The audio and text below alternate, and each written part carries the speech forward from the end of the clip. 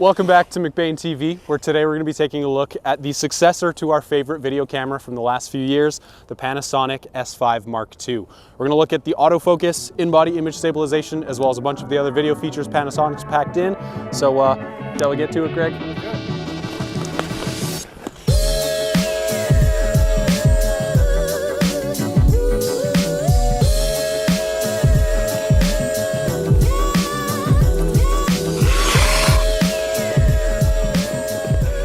All right, so this is the vlogging test. We're just gonna see how well the camera keeps up with me as we skate around a little bit here. Am I in focus? I don't know, I guess we'll see when we get back to the store. How's the frame looking? How are the colors? Is it good? I'm getting dizzy. All right, so we're back here at the store. Now we're gonna be taking a look at some of the footage. All right, so the first test that I did while I was on the ice there was a quick little vlogging test. Now, if I go ahead and mute my computer, we can see just playing the clip, it was able to catch my eye pretty quickly. And then once it's on there, it doesn't look to be moving much at all. Even if I move the camera quickly around, the background changes quickly. There's another person in the background. Seems to be sticking to my face pretty accurately. And if you are interested in the autofocus off of the S5 in more of an overall test, I am using it to film the A-roll of today's video. So have a peek. How does it look? Just skimming through the vlog footage here, I think for vlogging or any type of content creation with this camera where you're going to be pointing the camera at yourself and not necessarily having someone behind it checking focus, I think you can rely on this camera's autofocus, particularly for vlogs where your face is going to be filling a lot of the frame, and it's pretty easy for the autofocus to catch your eye. We'll quickly have a look at some of the other clips to see if that holds true in other scenarios. All right, so next up we had the tracking a subject towards the camera. Now, of course, this camera does have some of the best in-body image stabilization available on the market, but it isn't going to compensate for your arms swinging all over the place. This test probably would have been better done on boots than on skates, because as I hit play here, you can see once I start skating backwards, the camera just warbles back and forth. But you can see even with those terrible warbles and the really jittery footage, focus seems to be holding on Greg pretty accurately, which is pretty impressive when, especially compared to Panasonic's previous cameras, like their S1 and S5 particularly. They had good autofocus, they were serviceable, but in scenarios like this, it would be really hard for the camera to find the subject. So you'd find the focus would be hunting back and forth a whole lot, creating those weird warbles in the highlights. But as far as I can see in our test clips here, S5 doesn't seem to be suffering from that at all. Like, it does struggle to keep up with Greg here as he's moving quickly through the frame and I'm struggling to keep up with him in my pan. That's more user error than anything else. And you can see as he skates towards the camera, keeps him nice and focused, focuses on his skates there. Overall, I'm super impressed with the autofocus performance off of this camera. So next up that we tested while we were out at Rundle Park was the stabilization. Panasonic overall is one of the best stabilized camera brands out there, whether you're looking at their Micro Four Thirds systems or at their full frame cameras. They're just unparalleled in how steady you can make the shots look. And so we really wanted to put that to the test here. So this first clip is unstabilized with IBIS turned off, E-stabilization turned off, basically just trying to keep it as steady as I can while I skate forward here. And then you'll notice in a moment, I'm gonna bend my knees and go straight for a second right there. So without stabilization, we are still getting those kind of micro jitters at the edges of the frame. But once we turn stabilization on in this next clip, so this is just regular IBIS turned on, just the sensor moving around. It also pairs with the optical image stabilization in the lens, if your lens is able to do something like that. And looking at this clip, you can see immediately the bumpy, jumpy up and downness of skating forward is lessened. But of course, if you are moving the camera pretty drastically, it's not going to get rid of those shakes. But once I bend my knees and I move as pretty much straightforward as I could, that was super steady. Let's go back to that really quick. That almost looks like we're on a gimbal. So it's a little warbly, and then when I bend my knees, that's beautiful. And that's just with the in-body image stabilization. No post-stabilization has been added. And then this last clip we're gonna look at is with E-stabilization turned on. So this is specifically a video mode in Panasonic's menus. You can turn this on if you're particularly doing action shots where you're moving a lot and your horizon might be shifting, this is gonna help keep those shots a little bit more steady. But the more drastic your move is, the more noticeable the stabilization will be in the clip, where it might crop in on the image or it might warp the image a little bit. But let's have a quick peek and just see in this scenario, with all of the stabilization turned on, I mean, it pretty much looks like we're on a tripod, but did you see that there? Right when I hit play, right at the beginning of the clip here, see how the edges of the frame are kind of shifting back and forth? That's because of the E-stabilization. So it's not going to be a great mode for going from a very still static shot to movement, but if you're moving all throughout the shot, it's going to help stabilize things quite a bit. So as I said before, if you're moving your arms back and forth beyond the camera's ability to correct with the in-body image stabilization, you will notice shake in your shots just like that. But as I bend my knees here and you get the full effect of that E-stabilization boost, it's almost making it so that you don't need a gimbal with these modern mirrorless cameras. And if you're a run and gun filmmaker, this is like the be-all end-all of cameras. Quickly, before we move on from stabilization, I do just want to mention another mode that Panasonic has. A couple other brands have similar modes to this, but in my personal experience, I find none of them to be as well tuned as Panasonic. This is their Boost IS mode, or the Boost Image Stabilization.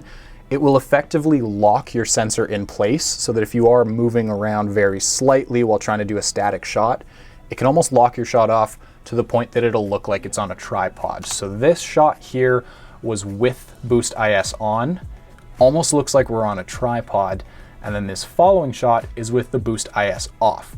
Now, of course, the steadier your hands, the better this shot will look. But as you can see, I am shifting and drifting around. So if you're someone who's a run and gun filmmaker, like a wedding shooter, and you need to quickly get a detail shot, throwing the camera into Boost IS mode instead of worrying about throwing it onto a tripod is going to save you a whole lot of time. And it looks almost as good as putting it on an actual tripod. I mean, it could be a good alternative. All right, now super quick before we end the video, we're just here in Lightroom taking a look at some of the raw files off of this guy, as well as some of the JPEGs that I took earlier throughout the week. So one of my favorite features on Panasonic cameras is their ability to compose ultra high resolution photos in camera. Some other companies have the high resolution modes, but they'll just spit out a bunch of raw files that you then have to compile in Photoshop afterwards yourself. Panasonic doesn't do that. They just give you, what is this, like 110 megabyte file? They're enormous files, but look at that resolution number right there. 11,948 by 7,965. So that's effectively a 100 megapixel photo that you can crop basically infinitely into. So if you particularly take a lot of landscapes, the high res mode on all Panasonic cameras is really great. And they've improved it here on the S5 II, but I would still recommend using a tripod for this mode, as it does shift the sensor around to take 9 exposures, and any hand movement is going to show up in those photos. Also, any movement through the scene, especially cars, if they pass through one frame before it goes to the next, is just going to introduce a weird smear into the image. But this ultra high res mode is super, super cool, particularly for instances like this one, where I was just at a landscape of a couple of buildings and some trees. It's the Edmonton skyline here. Works really, really well, especially if you want to do large prints. Now, of course, image quality is very subjective, and of course, most mirrorless cameras shoot in RAW these days, so you can't really pit most cameras head to head. RAW files can be manipulated up, down, and sideways to the ends of the earth, so I'm not really going to focus on the RAW photos nearly as much. I'll just show you some of the sample photos that I took from the camera right now.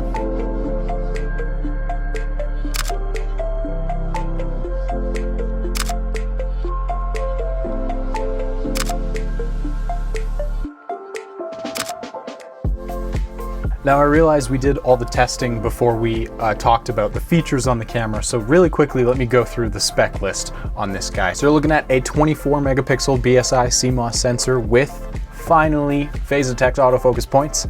You've got 6K 3x2 open gate video recording, which is huge for any anamorphic lens users. You can de-squeeze in camera, which is really, really nice. You can do 6K, DCI 4K, UHD 4K, 1080p, in a variety of frame rates, ranging from all the way as fast as 180 frames a second to as slow as 15 frames a second if you want to do some like stop motion style stuff. You'll have 10-bit 422 video encoding on all video modes internally, which is awesome. You're just essentially given more information for color grading, and that if you push your color grade really, really far, the image won't start to fall apart nearly as quickly. It's a dual gain sensor, so at, I believe, ISO 640 and then 2500, those are the two native ISOs. So if you're shooting video, the video feed will be cleanest at ISO 640 and ISO 2500. You've got dual UHS 2 SD card slots for either redundant recording, repeated recording, dual recording, whatever setup you want to do, whether it be photos and videos. You can customize those double card slots to your heart's content. This S5, just the regular S5 II, comes with a paid optional raw video output upgrade that'll be coming later this year. If you wanted raw video right off the hop and don't have to pay for an upgrade, the S5 Mark II X comes out later this year with all of those professional features baked right into the camera. It'll take the same Panasonic battery type as the GH5, GH5S, GH6, S5. If you have batteries for any of those previous cameras, they will work with this new camera, but just like the GH6, the newer batteries are not reverse compatible with older batteries, so you can use the older batteries in the new cameras, you just can't use the new batteries in old cameras. You still following me? Features, of course, the L mount, which by this point has gotten a lot better than it was a few years ago. There are now 4 major brands that are contributing to the L mount alliance of lenses. So you got Leica, Sigma, DJI, and Panasonic all making first-party lenses for specifically the L mount. So within the next couple of years, we're gonna see more and more affordable lenses coming out for the L mount, and hopefully a bit more variety of choice. Right now, it seems that we're only limited to both Sigma and Panasonic lenses, unless you have really deep pockets and you can go for the Leica stuff. But within the next couple of years, I would hazard a guess that the L mount will be as maturely developed as the Sony E mount. Thanks so much for joining us today in our little first impressions / headlining feature test of the new Panasonic S5 Mark II. If there was anything we missed, please be sure to let us know down in the comments below, and I'll be sure to try to answer your questions to the best of my abilities. And if you're in the Edmonton area, join us in store this Saturday, February 25th, at our 107th Avenue location, downtown Edmonton, for a hands-on demo of the camera we've been talking about. For more information about all that stuff, visit us on Instagram or on Facebook. But until then, we'll see you guys next time. Thanks so much for watching. If you enjoyed this video, make sure you subscribe and enable notifications. Find us on Facebook, Instagram, and Twitter at McBain Camera, and visit us online at www.mcbaincamera.com.